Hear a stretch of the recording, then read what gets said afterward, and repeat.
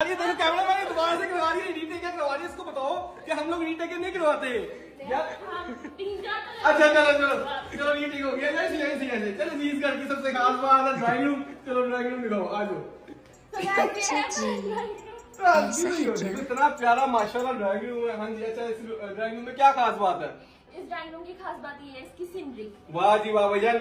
जो कि बिल्कुल आप लोगों को मैं बताता हूँ कि ये हैंडमेड है, ये प्लास्टर ऑफ पेरिस से बनी हुई है। आधे पास कैमरामैन भैया मुझे दिखाएंगे और ये बहुत ही प्यारी लग रही है। ये चेक करें, ये वो पेंट वगैरह उससे ना प्लास्टर ऑफ पेरिस से करके इसको प्रॉपर हैंडमेड बनाया हुआ है। और ये पूरे ड्राइंग रूम की ना लुक इसने अखीर की हुई है, ठीक है, ये बहुत प्यारी है। उसके बाद ये चेक करें, इन्होंने ये बनाया हुआ आर्टिफिशियल टाइप जो होता है ना, ये स्क्रीन लगी हुई है जिसपे आग आती है। आगे इड़ा गए चले, इसने नहीं बताना, इसने ऐसे हंसते रहना, मुझे बताना पड़ना है। हाँ जी, अगली क्या चीज है?